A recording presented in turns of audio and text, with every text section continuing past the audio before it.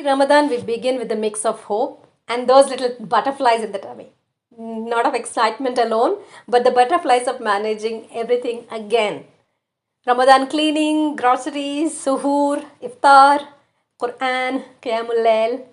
Before we even finish sorting out those kitchen tins, suddenly we realize something. Time has started running faster than us, almost like Usain Bolt. And this happens year after year. The only thing that's changing is the speed of time. Let's talk about why this happens. Assalamu alaikum, this is Tanvi and you're watching Raai'ya, Women of Action. Most of our planning actually begins inside Ramadan. But by the time we find a rhythm, Ramadan rhythm, half the month has already gone by. Let me explain this with an example. We all have traveled in different ways in life. And we know not all journeys are the same. Think of vacations during peak seasons. Sometimes the decision is sudden. One morning we say, okay, let's go somewhere, and the rush begins. Searching options, booking already full, ticket is unavailable or too expensive, choices become limited, and only what we have to do now is compromise. Compromise on the comfort, compromise on the convenience, and whatever the expectations we have. By the time we finally reach where we have to reach, after all these adjustments and settling, half the energy is already gone. And when we return home, oh, what we want? We need another break. Now think of a different kind of journey. Planned well in advance, dates are clear, purpose is clear. We know what matters, how much time we have, what suits our budget and capacity, and decisions. We make decisions calmly. Booking are made very thoughtfully, window seat or what. There's no pressure. Yes, we return tired because travel always takes effort, but we also return satisfied. We return refreshed and fulfilled. Now imagine two families that going to the same destination but might have different experience because the destination may be same but the preparation will decide whether the journey feels draining or deeply fulfilling. Now, think of Ramadan as a journey. It comes once a year, lasts 30 days, and it is meant to reset us from inside out. Every year, many of us enter Ramadan thinking, this Ramadan, girl, this Ramadan will be different. But by the second 10 days, exhaustion slowly comes in. Quran goes slowly begins to slip. Salah is feeling heavy. Sleep deprivation affects our Qiyamul Layl, the Tahajjud. Iftar preparation and heavy food is already draining our energy. Classes remind us, oof, they feel too much. And the last 10 nights often is spent in distraction. We're catching up, we're scrolling, Eid planning, shopping. Character change. Was that even on the list? No, not many a times. Instead of transformation, many of us end up just surviving the month. Here's what usually happens. Ramadan begins and suddenly everything feels important. Quran goal is Tarawih, Tahajjud, there is iftar, recipes coming from all directions, shopping lists, Quran groups are there, online classes. Everything looks urgent, everything looks necessary. And that quiet voice inside says, if I'm not doing all of this, I'm missing many things. So we start doing all of it. And before we realize, we are exhausted, this is overwhelming, this is too much, half the month has already passed. And by the time we recenter and refocus, Eid is already near. My dear sisters, Ramadan was never meant to feel chaotic. It's a training period, it's a transformation period. A month where Allah subhanahu wa ta'ala has made change easy. Shaitan is chained, the doors of Jannah are open, time carries barakah, we all have felt it. Good deeds are multiplied. This is the most supportive environment for that inner change. But without a clear idea, without knowing where we want to go, how we want to go, it will be just busy days and not something we will benefit from, just like those unplanned vacation. The month will pass by without any real transformation. That is why preparation really matters. Before Ramadan even begins, one question needs answering. What should be different by the end of this Ramadan? Because you cannot be doing the same thing year after year and expect a different result. Now, just not just what need to be done, but what we have to build in ourselves. Something that benefits your dunya and your akhirah. Something that brings mindfulness, the taqwa, the real end goal of Allah, of Ramadan. And at least some areas of life. At least one. Because Ramadan is not about doing everything that's there to do. It's about doing something that stays with you even after Eid. And one thing matters deeply when we do this, being real. Ramadan goals work best when then they fit your life.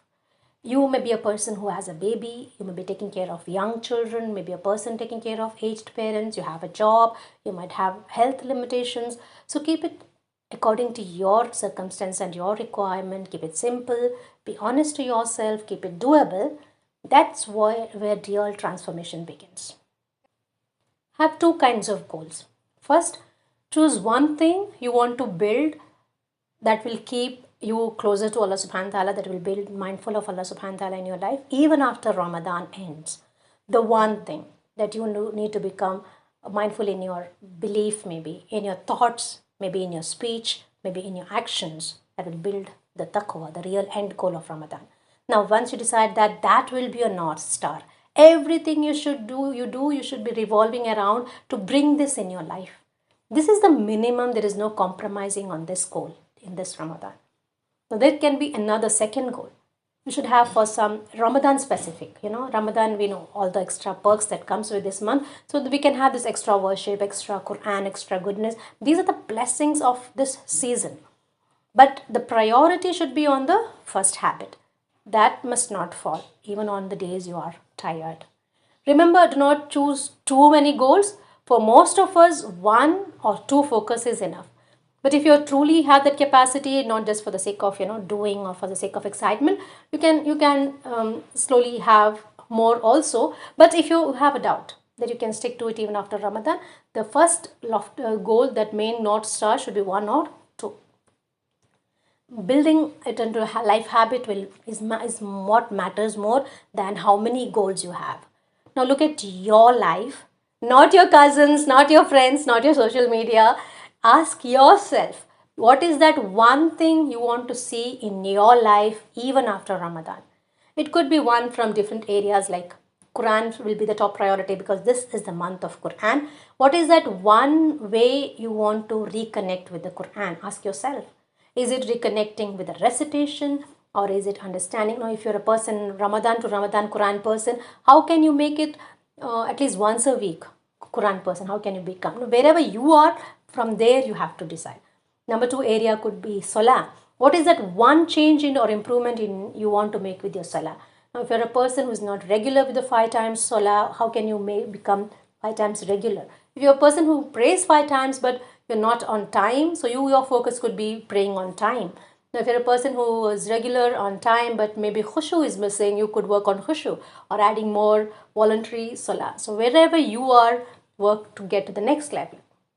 And also another thing is working on the preparing an exhaustive dua list, which this is a month which has a lot of points when dua is accepted. So have an exhaustive list. Do not keep any limitation, because Allah subhanahu wa ta'ala, we have our views have limitations, but Allah is al-Qadir. So have this exhaustive list, and also have this top priority short list, so that you can, when the time is constrained, you can use those kind of dua.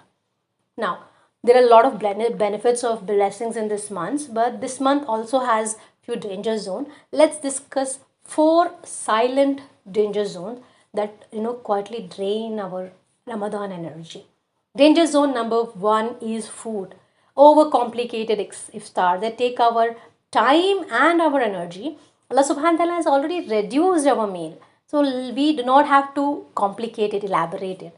Keep it simple. Food that will preserve your and your family's energy, strength, that will help you to worship better.